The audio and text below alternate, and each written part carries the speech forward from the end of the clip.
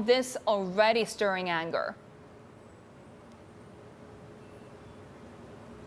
It is. Look, what Beijing says is that this is a very standard security law that would help safeguard the territorial integrity of China. They say other countries have similar laws, but the way it's been received in Hong Kong and internationally as well speaks to the level of anger and the concern about what this law could be used for. So it would punish things like sedition, secession and foreign interference. The fear is it could be used, for example, to interfere in Hong Kong's relatively free media, in its free speech, in NGOs, across a broad range of areas to reassert Beijing's control over Hong Kong and its relative autonomy. That is the concern. We heard from one opposition lawmaker in Hong Kong, Dennis Kwok, saying this would effectively be the end of Hong Kong as an international city if this law goes into force. So we're waiting for the details. It looks like this is an attempt by Beijing to bypass the Hong Kong legislature and the Hong Kong government to get this law enshrined on the books.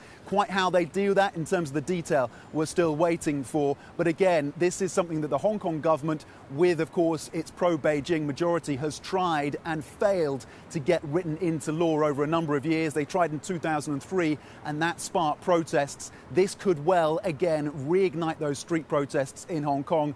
And then there's the question of how the US responds as well, because the US signed into law the Hong Kong Human Rights Bill towards the end of 2019, which would see them revise potentially Hong Kong's trading status with the United States and its special status that it currently holds. Tariffs could be reimposed on Hong Kong. So we're looking to see the US reaction and the street reaction in Hong Kong as well. But this is seen as a pretty aggressive move from Beijing, and we'll hopefully get more details when Premier Li Keqiang outlines his work report at some time between 9 and 10 a.m. local time today.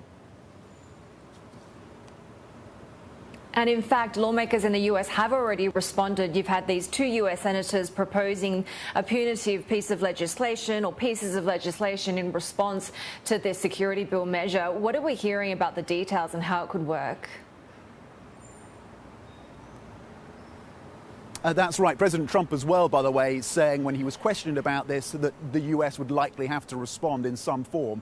But you're right, there is also this bipartisan push as well to get a bill pushed through that would put sanctions in place on any entity that was enforcing this security law and any banks that had any dealings with that entity. Again, the senators saying that this is about trying to preserve the autonomy of Hong Kong, but it comes after a string of efforts by Congress in the US to push back on China, whether that's on the issue of Xinjiang and human rights or the delisting, potential delisting of Chinese companies in the US, listed in the US. And then there also is an attempt by lawmakers in America to also allow US citizens potentially to sue the Chinese government. And we heard from the National People's Congress officials saying that they would never